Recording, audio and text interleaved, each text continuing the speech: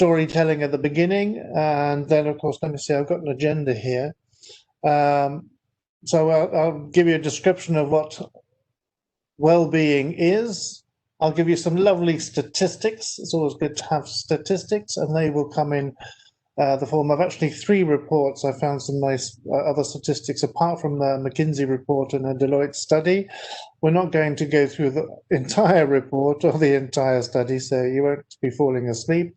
Just the main points, and then at the end I'm going to look at all the different things that we can do, different things that we can think of, the hints and tips, and a little bit about the learnings that I've come away with over the years, working in many, many, many different teams of all shapes and sizes. So what do I mean by well-being for teams? I suppose that's going to be the first topic. Better clear that up. The well-being here, this is one of many definitions I found, but it was the shortest and the closest to what I feel it is. And as you can all read on the screen, for those of you who are short-sighted, well-being is the balance point between an individual's resource pool and the challenges faced. So really, it's a little bit about resilience, having the ability to bounce back, to deal with everything that's going on, which is currently not very easy at all. I'm speaking to a lot of people who are struggling, and I'm actually learning an awful lot about mental health and well-being in the workplace. There's loads of books on the subject. Here's one that I'm currently reading. You can see it's full of bookmarks and labels of various pages where I find it extremely interesting. And I'm actually on my second reading of that book, and I've got a couple of others, because it's a fascinating subject and it should be implemented everywhere, as far as I'm concerned. But we all know that it's just a question of doing it, not only looking after ourselves, but looking after other people. And below the quote about what well-being is are the first set of statistics for you. And these are fruity ones to take away with you. And I just wanted to know that, did you know on average we spend over 3,500 days at work over a lifetime? And when I first read that, I thought, that's not that many. But then I sat down and worked it out and thought, yeah, that's quite a lot. And it's as people are spending more and more time at work, longer and longer, as retirement age is pushed back, that's only going to increase. But it's a quarter of our life, at least. And that's not, that's also taking in, of course, time for sleep if you're a good sleeper. But yeah, it's quite hard. There are advantages to work, of course. It gives us a sense of structure and purpose and hopefully satisfaction, but not always. Hence, talking about well-being for teams and wellness at work. Plus, what we all work for is the wages. They do say that if you do a job that you like, you never have to work a day in your life, but I don't know anybody personally who does that.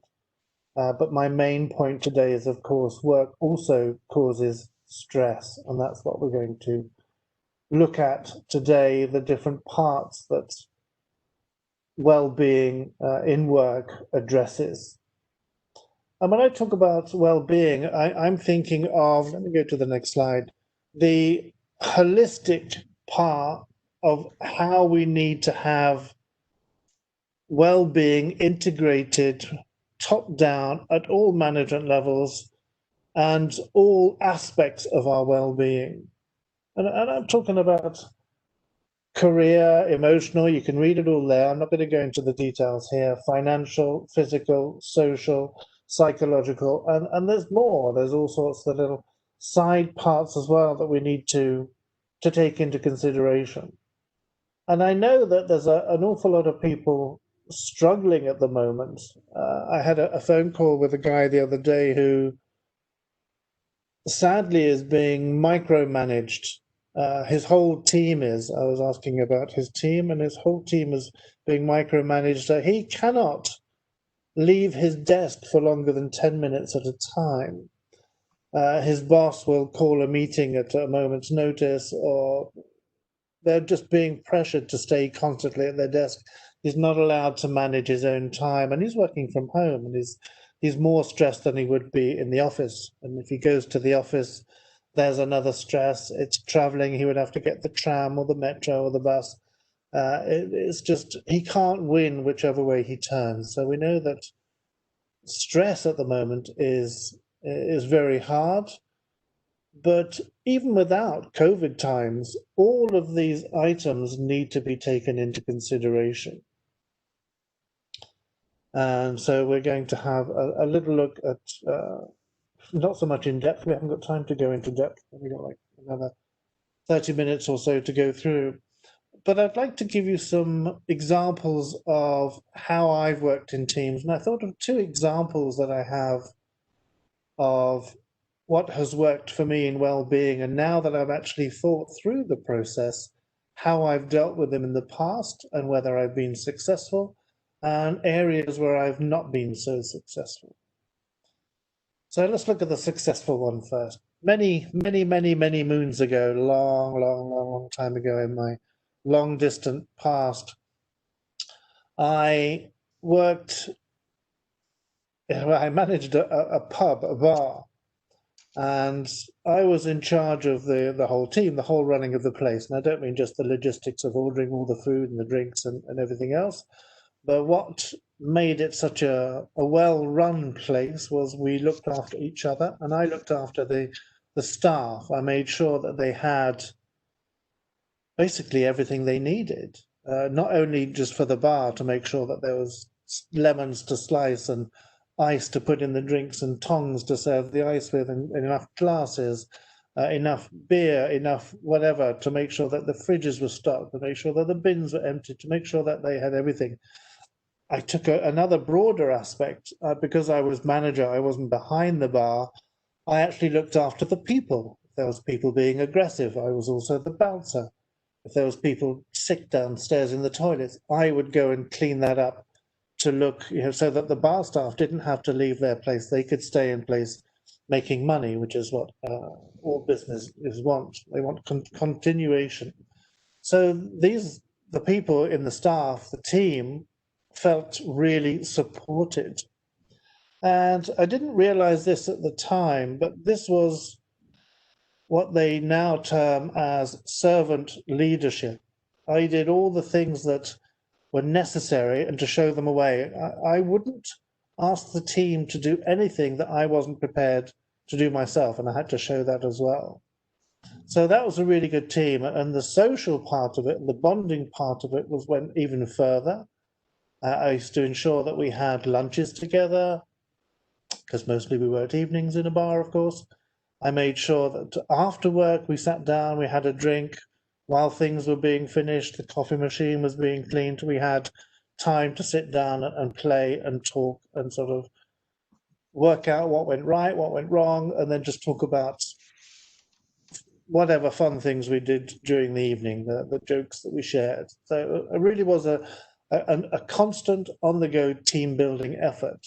And I looked up, because they were generally people that come over looking for work traveling, I often had to help them out with finding a place to live, helping them sign contracts, understand the contracts, get electricity turned on, their meetings with doctors.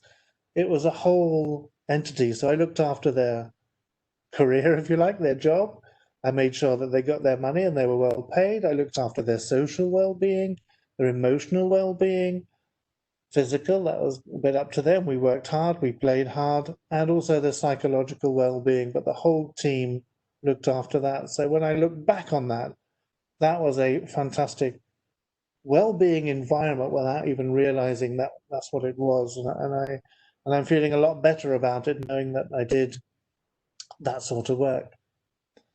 Now, moving on to the not so positive, many moons later, so closer to now, about 10 years ago, I worked with another team in an IT world. I used to be an IT consultant. And that didn't go as well as some other teams that I've worked in. And the reasons behind that is For an IT project, for any project management, what you need in a team is to have people with all the relevant skills that you need, the technical skills to be able to complete the job. There wasn't much matching of personalities or people's mental health and well-being within the teams. It was get the job done, and I still feel that it's pretty much like that today. There are team building days once a year, which a lot of people shudder about.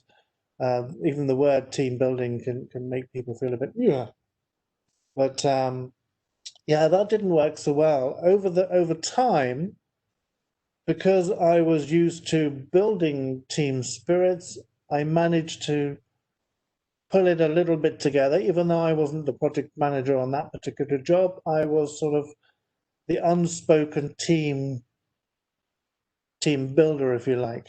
And I did look after people's well-being as much as I could, making sure I spoke to people, made sure that there was inclusion, made sure that people weren't, that had their say, and that they felt within the team that they were looked after and they were contributing. There was a purpose to their work.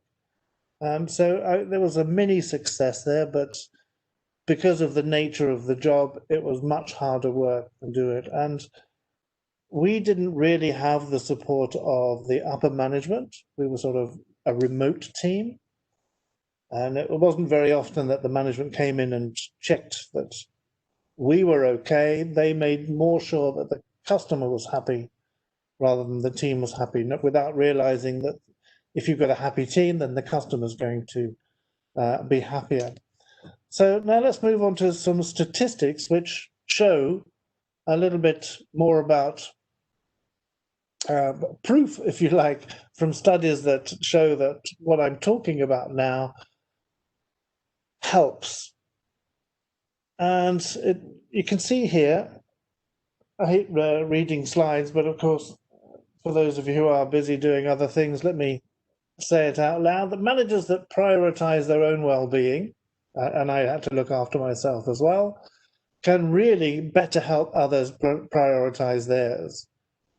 Without the bickering, the egos coming into play, the sort of fighting against positions, if people feel as though they're included and belong, then the workplace can lead to huge statistics like this, a 54% increase in job performance. If you're feeling good, you're going to give your all. If someone's going to cherry pick some of the best jobs and you get left with something else, you're not going to be so motivated. If you feel as though your voice has been heard and you can actually give your input, you can feel that and you will do more. Also, if you're not included, if you're not happy in your job, of course, you're going to ask to move on to other jobs, to be in other teams, people that have a nice team leader, people the way you are included. And we found right at the beginning there was quite a turnover in staff, even though they had the relevant skills that we needed. But the problem was that it wasn't really an inviting place to be. And it was only once the team settled down that we implemented days where we'd get food in and all eat together. Someone would go and get the plates, someone else would get knives and forks, someone would do the ordering, someone would collect the money. It was a real team effort that we actually had a really good team for a couple of years and it became more stable. We got an awful lot more work done because it was very collaborative. The 75% decrease in employee sick days, again, a lot of companies, they say you cannot take a Friday or a Monday off because they know people want a longer weekend. But if going to work is a pleasure and you're sort of having time with the staff and having, building relationships or a little community up with your team, you're not going to be off taking these extra days off. So it does decrease employee sick days. People actually want to come to work. They're not going to get up in the morning and think, oh my God, it's Monday morning. I really can't.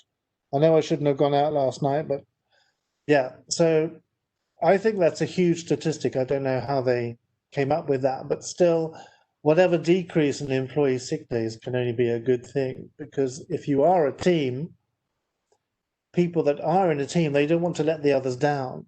So it's all about being a community, looking after one another. It's not just looking after self.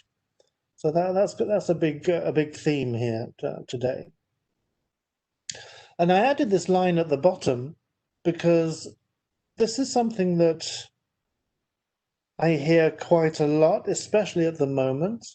A lot of things are going on within environments, and some people are in the office, some people aren't in the office.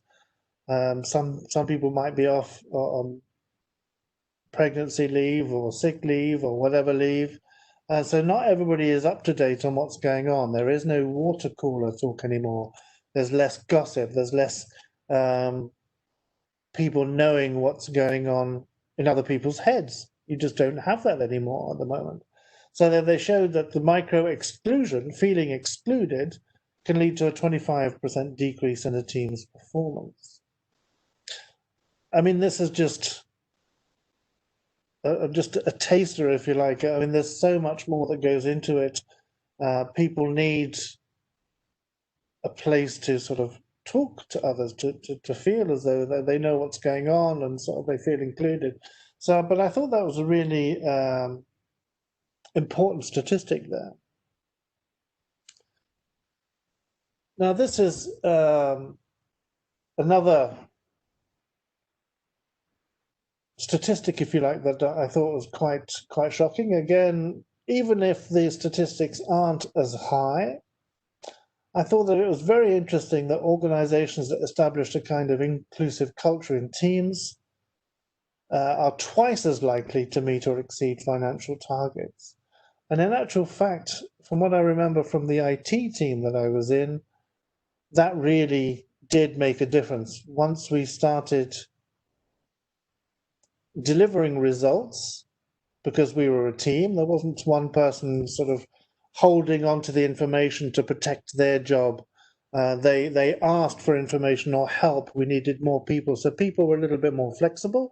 Once that inclusive culture came in and people started helping each other out, we really did. We were able to deliver far more on time and then thus meet financial targets. Or for us in our team, wasn't necessarily financial target, but it's all tied up. It worked a lot better. Here it says they're 3 times as likely to be high performing. Going back to my bar days, if everything is provided at the right time, just in time sort of work, 3 times as likely to be high performing.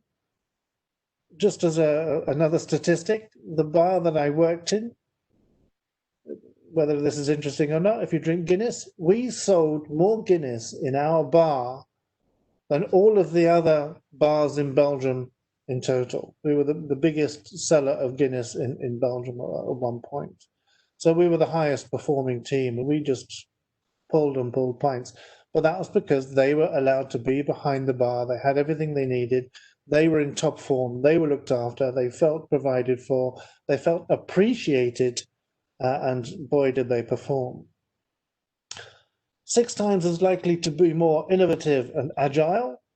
Yeah, flexibility on our behalf and flexibility on their behalf. That always helps. If you're told that is your job, do it. Just do as you're told. People aren't going to respond to that. So I think people's need to be listened to and appreciated to make them more innovative and agile and be flexible. If the bosses aren't flexible, why should the staff be more flexible? And of course, 8 times, which is a huge statistic, more likely to achieve better business results. I don't know how true that is, but certainly looking after each other and everybody else really does help in sort of the well-being for teams in mental, physical, intellectual capacity as well to be heard. So we're finding that very, very important. So we're moving on to a different part of well-being, but it's still all about relationships and inclusion and um, building up relationships, not only within the team, but also relationships with management. I added this statistic because I thought that it was very interesting. Drivers of life satisfaction, for example, a lot of people just look at statistics on job satisfaction, but it's bigger than that at the moment. And well-being for teams, you have to think about everything outside of work. It's not so, I don't care whether you've got two wives got to go to hospital, the job needs doing, stay here. You have to think globally for the well-being of the team, and sometimes that can be very stressful. So here, mental health is a big one. 36% of a driver in life satisfaction. Job satisfaction, big, but there's more and more people with millennials here saying they're rather picky. Job satisfaction is quite high, but mental health and all the rest is also very important. Job satisfaction here, the one that I can really attest to, is the interpersonal relationships.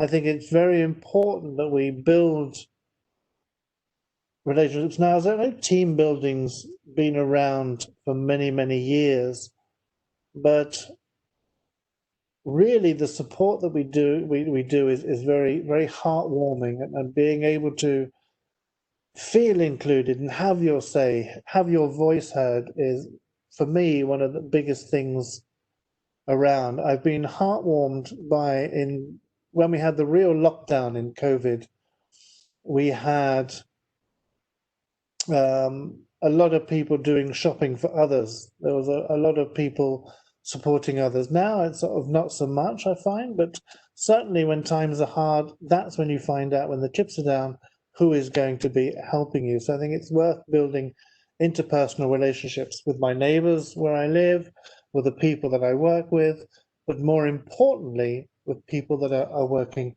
remotely. And relationships with management. Oh, that's a sticky one. And yeah, you can see here how important it is for people, not just having a relationship with your co-workers, but certainly relationship with management. If management isn't involved, if management doesn't care, then the statistics are going to just dive.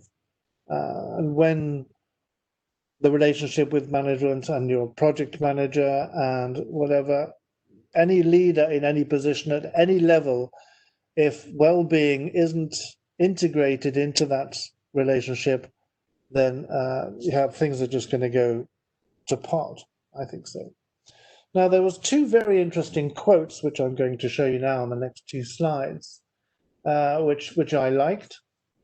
So I thought I'd share them with you. And these are from McKinsey. So these are the top people for corporations. Businesses that are looking to make an external social contribution should, paradoxically, look inside. Improving workers' job satisfaction could be the single most important thing they do.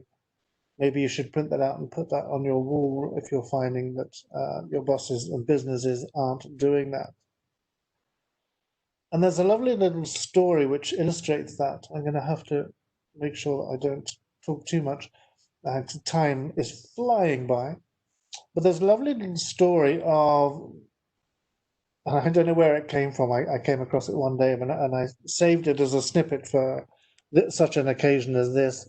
And the story goes like this. There's this farmer who consistently every year wins awards and prizes for his wheat. He grows the best wheat in the area. And so one day this local newspaper, wanted to interview him. So he did a little bit of research. And he found out that the farmer was distributing his seeds, the same seeds that he was using for his award-winning wheat. He was distributing it to the farms around him. So this reporter went along to the farmer and asked if he could interview him. And he said, thanks for coming along today. Could you just tell me one thing? I've got a main question for you is, why do you give your award-winning wheat seeds out to your neighbours? And the answer was, he says, well, he said, with a little unknown thing is when with wind, the seeds that are blown onto my land, if they cross pollinate, if I'm getting bad seed onto my land, it's going to lessen the quality of my wheat. So in order to stop that happening, I deliver my seeds to my neighbors. So there is no cross contamination, no cross pollination. Everybody has the same chance as me. Of course, there are other things that I do to increase the quality of my wheat, but at least I know all my neighbors are not going to be disrupted by that. He said, by raising the quality of life, if you like, for my neighbors, I'm also helping the quality of life rise for myself. And there's a quote right at the end of my presentation, which will reinforce that message. But I thought that was a really good story to show that it's not only looking after ourselves, but we have to look after everybody else. It's not just about bringing the money in for the bosses. You have to look after your people. The second quote, in many ways, it says here, there's only one question any manager needs to ask. How do I make my members' lives easier? Physically, cognitively, and emotionally. And research shows that the servant leader mentality and disposition enhances both team performance and satisfaction. And I love this quote because it made me feel so much better about how I ran that bar, where I got the servant leader quote from. I've seen it before, but it's only now that it's really made a difference to me, how providing everything from all aspects, from social to physical to mental to psychological, emotional support with team members really does enhance both team performance and satisfaction. I'm still, and this is over nearly 30 years ago, I'm still in contact with most of the team members from that bar today, and we have a great relationship. So it really is long lasting and immediately visible, the difference that shows. Going on to the 4 practices that McKinsey came up with. And again, I could spend hours on these 4 topics, but let's go through them fairly quickly. They said that in order to have effective teams, you need to show empathy, compassion, and vulnerability. What do they mean by that? Well, empathy is understanding if people are having a bad day or sort of need time off or need to work something out. It's not saying just get the work done, get the job done. It's having empathy and compassion for people, especially in times like we are today. I'm lucky. I've got a little office here which I'm in, which is fantastic for me, and I can sort of make whatever noise I want. I'm away from the end of the house. I know there's a lot of people that don't have a space that they can call their own. I know that they don't have an office, whatever. They may have young children running around, especially at the moment. Schools are back now, so for me it's great. My kids are both at school. But I know other people don't. And vulnerability, I like this one. I hold a lot of team meetings even now. As Brian said at the beginning, I run a lot of different clubs. And one of the things that I do on a general basis, especially for the men don't talk, is we always have a check-in moment. And we ask like 3 questions. So the first question was just, how are you feeling now? And a lot of men, a lot of people actually, I should say, don't necessarily know or can put a name to the emotion they're feeling. But if they're given the chance, at least they've been asked the question. So being asked, how are you today? And you're not, it doesn't help if you just say, yeah, fine, everything's okay, yeah, just carry on. It helps if you actually answer it properly. Yeah, I'm feeling a bit sort of, yeah, I'm good today, or I'm down. So question number 1, we ask, how are you? What emotions are you feeling? Second questions can be, if you've got the time, is what's going on for you at the moment? Has your dog just died? Have you got toothache? Has your child didn't do their homework? You're up all night helping them, or your kid's sick, or what is going on in your life? Because that can give then everybody else in the room an idea of why you might be grumpy or why you might be happy. It's my birthday today and nobody knows. Wow, happy birthday. So being vulnerable, being open to what's going on around you can change people's impression of you. If you're just grumpy, they may not know why you're grumpy. You may just be tired. So being open to how you're feeling, what's going on for you. And the third question we ask is, what do you need? Do you need to be left alone today? Fine, we can do that. Do you need support? Do you want to talk? Do you want to go for a coffee? Do you need sleep? Get under the table. What is it you need? So empathy, compassion, and vulnerability are very important elements to me. Gratitude. And it's not just those 3 questions that you can ask yourself. Name 3 things that you're grateful for, or having a gratitude diary. It's actually showing appreciation for a job that's been done for you. And I remember one occasion, going back to working in IT, we used to have to, because we were part of a web team, I worked closely with the webmaster, getting things live, putting things into a test environment. Once it had been tested, then they would go live. So it took a lot of negotiations and trying to get some of the time from the webmaster, who was extremely busy. And I always made a point of thanking him.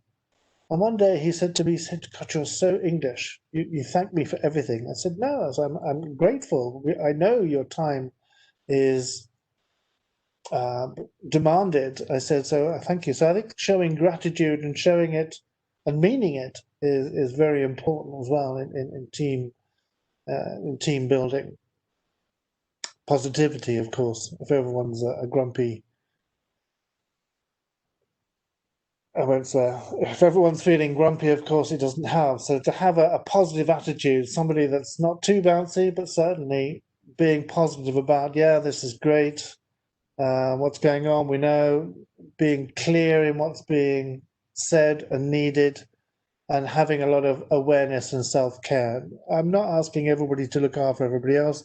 We also have to take responsibility for our own wellness, well-being, mental health. We have to make sure that we eat well, drink well, sleep well, all the things that are necessary for our own health. And we'll have a look at those afterwards.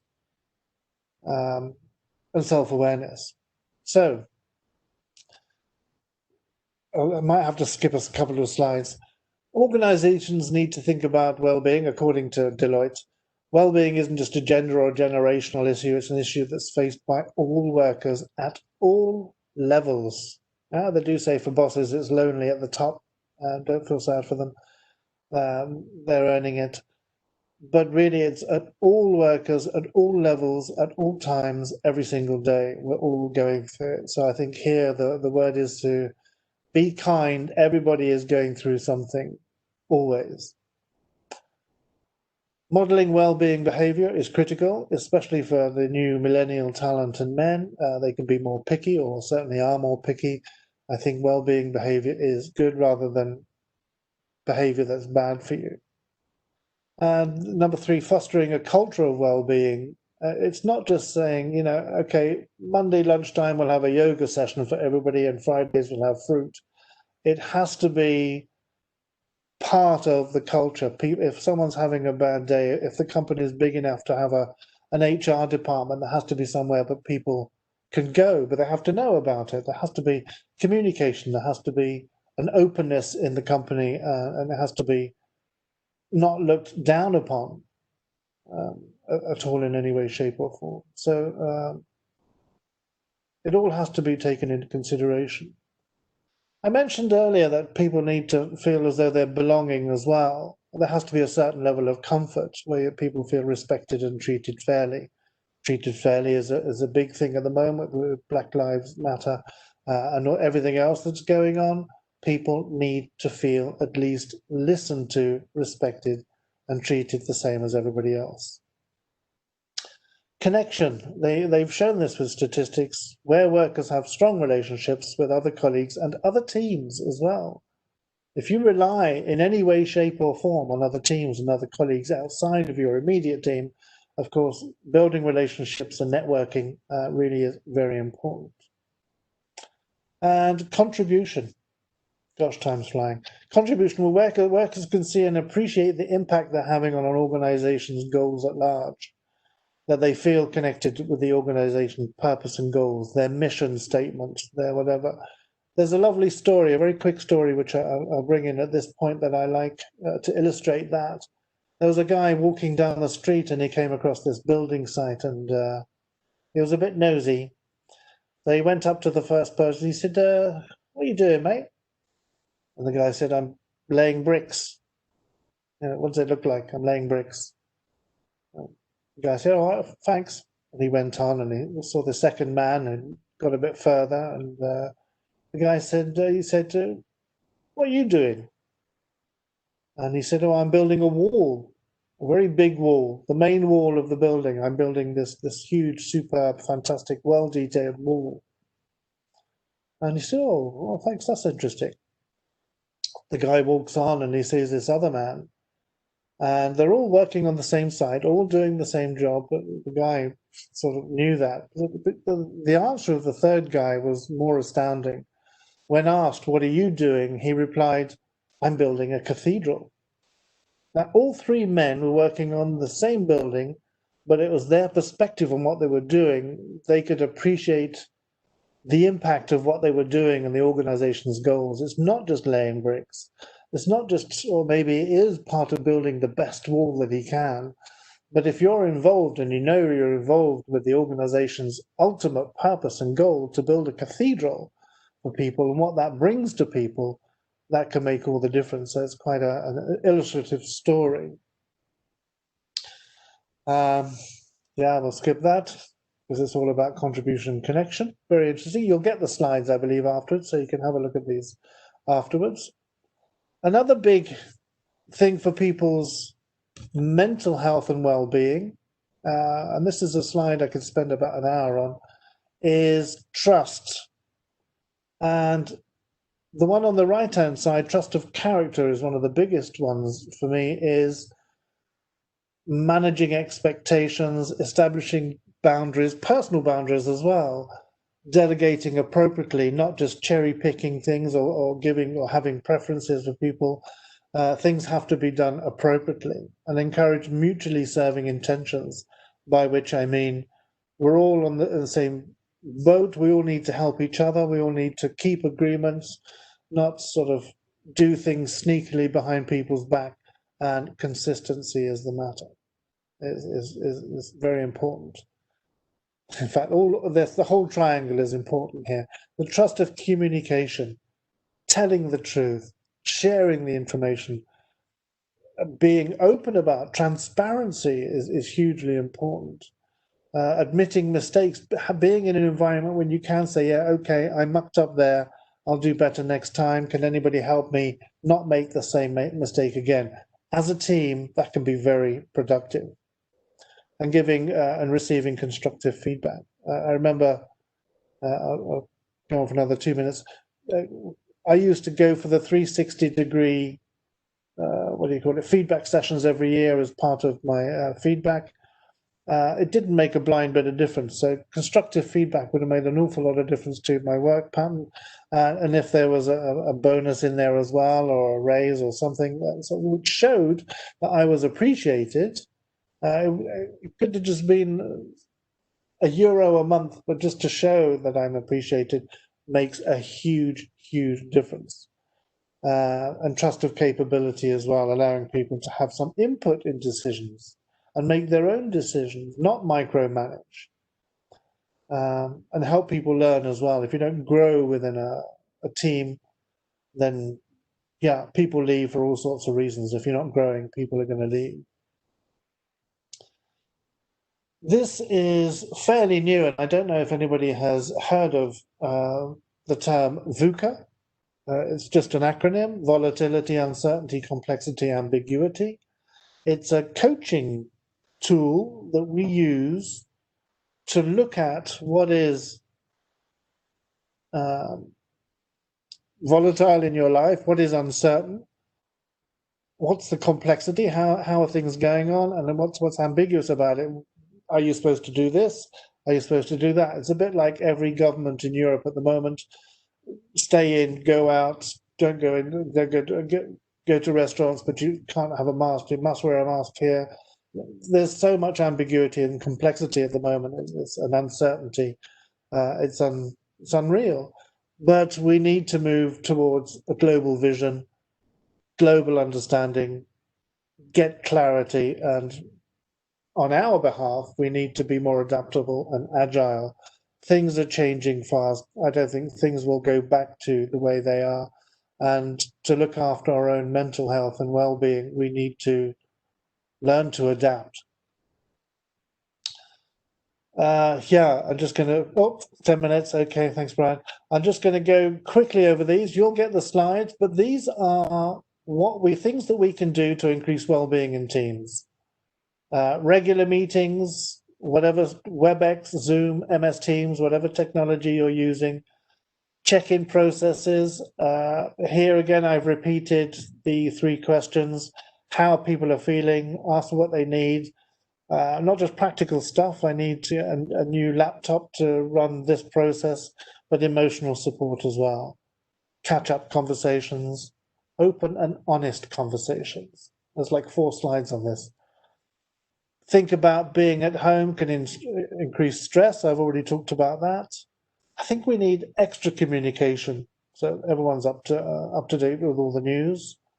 Live meetings, walking meetings, being clear about what's being asked of you or what you are asking, setting boundaries. That's one of the biggest things we can do at the moment. I know a lot of people that are working early mornings and late nights. Really, I know some people are working 14, 16 hours a day. It is not healthy. Celebrating milestones, inclusion plans. It's not just onboarding for newcomers, but people that are timid and quiet in a team. Everyone needs to be included. Again, I've repeated, showing appreciation, staying healthy yourself, reflecting on how work is going, getting and giving feedback. I'm finding that more and more important as I go through. Keeping hydrated. I'm dying of thirst now. I forgot to bring a glass of water in with me. I'm working on belonging and team cohesion. Yeah, Brian's all right. I should have ordered a cup of tea, shouldn't I? Exercise, something that I need to also work on. I know all these things, but I still need to work on them. Being away from the desk, eating properly, not always pizza or high salt content food. Setting team challenges, helping others outside of work, get your mind off what you're doing. Online MOOCs. I'm a big proponent of massive online open courses. They're all over the place. They're free. There's no way that you can't learn things. And I know Frank Turley offers a lot of information on project management that you can learn at your own place on the topics you choose. So I think that it's very important that you do continue your education. And one thing here is ensuring people know where and when and how to ask for help. So here's my conclusion. You've heard everything I've had to say. Just be kind to yourself. Be kind to others. If you've got a well-being plan, books like this you can buy for your bosses, as I say. Well-being has to be implemented at all levels, not just top down and not have it. It's a nice to have. It has to be integrated into the company culture. So then you'll know that you're not alone and be community minded. I'm going to end it there because we've got 7 minutes left. So if you've got any questions, bring them on. I know I've talked a lot, but I've still got a few words left if you need them.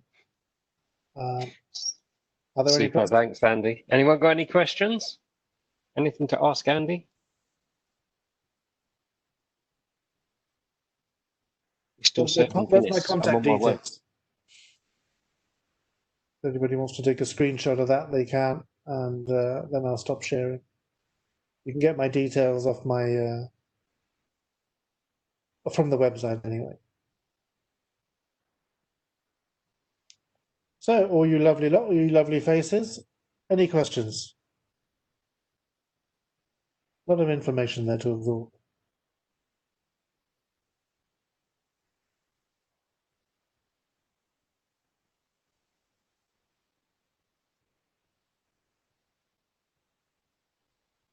Andy, have you been setting up some of the coffee corner sessions, and how do they go? And I'm finding that we're trying to use the new technology, but people don't activate their camera or still don't engage. How do you deal with problems like that? Yeah, it is quite hard, and I think that a lot of the software that, or it could be a house rule that at least when you're doing maybe not a webinar like this, but certainly for meetings and that, you have to have your camera on initially to actually say hello. So in many of the online groups that I run, we make sure that the camera has to be on, otherwise we don't know who we're talking to, especially if it's people that we're not aware of. If they're in the same team, sure. But if you're talking to people that you don't know, have never seen before, then being able to see their face and just sort of know if they're smiling or not can make a lot of difference. If they want to turn their camera off afterwards, fine. But I think having the camera on initially in any meeting should be a rule. I have a question. Hi, hello. Hi, Magda. Hi. Hi, Andy. Thanks a lot for a very interesting presentation and very inspiring, because I do believe that this is how the workplace should look like. I don't know how close we are to that workplace, but we should be doing anything we can. I was actually quite curious if you could tell us a little bit more about what you said about well-being and millennials, talent, and men. So I'm curious, like, why are those two specific group where do they? I'm a millennial myself. I'm not a man, obviously. But I wanted to see. Do you think that like these are the two groups that demand more well-being, or what would you? Hopefully, yes. I think they're saying, and how true it is, I don't know. I haven't had much experience myself. I can only go on what the books and the reports and the publications say, but they are saying that people are demanding this. If the workplace isn't giving them what they need, they'll go somewhere else. So I think companies, in as much as like now with COVID-19, they've had to really adapt and provide home working. I think when we all start going back to the office, they're going to have to make the offices a more enticing place as well. So my hope is that yes, millennials will push the front line and push companies for better working environments. I was more curious actually about men, because I mean maybe it's their stereotype, but I would think that it's more women maybe who are into, you know, community sharing, being vulnerable together. I would not perceive men as such, but I'm not a man, as I said, so it's a stereotype that. I think that the reason I mentioned men is because exactly for your reason, Magda. I like that question. Exactly, that is the reason I possibly mentioned men. Maybe I didn't phrase it properly, but it's not that men will ask for more well-being and that. It is more possibly a female trait. But in the men's groups that I run, I have to ensure that I have a space where men can open up if they are willing to. Now, one of the things here which is important for me is, and it's same in any leadership, I think one of the things that men can do, or leaders can do, male or female, is bring in that vulnerability and make sure that people tell their human story, which then gives permission for everybody else to open up that little bit more. And I find that men need that leadership. Women not so much, but men need that leadership to be able to have a space where they can open up and be vulnerable and not run purely on ego or machoism. Thanks, Andy. I think I had questions as well, but I think we're just about running out of time. Yeah. Awesome and informative as ever. Very much appreciated to your contribution. Thank you. I was even screenshotting. I know we're going to get the slides. I didn't have to ask because I know that, but I was still print screening some of the slides thinking, oh, I like that one as well. Yeah. So thank you very much. As we've said, there's some other interesting presentations coming up. Feel free to join them. Others look at those as well. I have Well, thank you. one job left. I did try to contact Florian. I don't know if you're there, Florian, and whether you're happy to come on camera, but today you are our lucky winner, and you will win a year's free PMI membership, PMI chapter membership. Hello, good afternoon. I just switched on my webcam. I don't know. I have to click start video. Yeah, here I am. Right, that's Excellent. nice. Thank you very much. So the Congratulations. Dutch chapter will be happy to not make money on me this year. But they're happy to keep you. That's the important thing. So I'll stay anyway. Well Just done. the Yeah. problem. Thank you very much for that, and thank you Okay. very much for a very inspiring presentation, which is very much what I'm working on myself in the last Good. days. Fantastic. Super. Glad you enjoyed it. excellent. Thanks, Andy. Thanks, everyone. And I'm sure they stayed not just for the prize, Andy. I'm sure they wanted to hear every word you said. I'm Okay, 100% there's a lot of certain of words there. that. All right, Super. thanks for organising. Thank you very Brad. much. Yeah. Thank You're you. All welcome. right. Yeah. Have a good bye. day, everyone. Yeah. You too. See Thank you. Let me know how you're feeling. Yes, indeed. Very important. All right.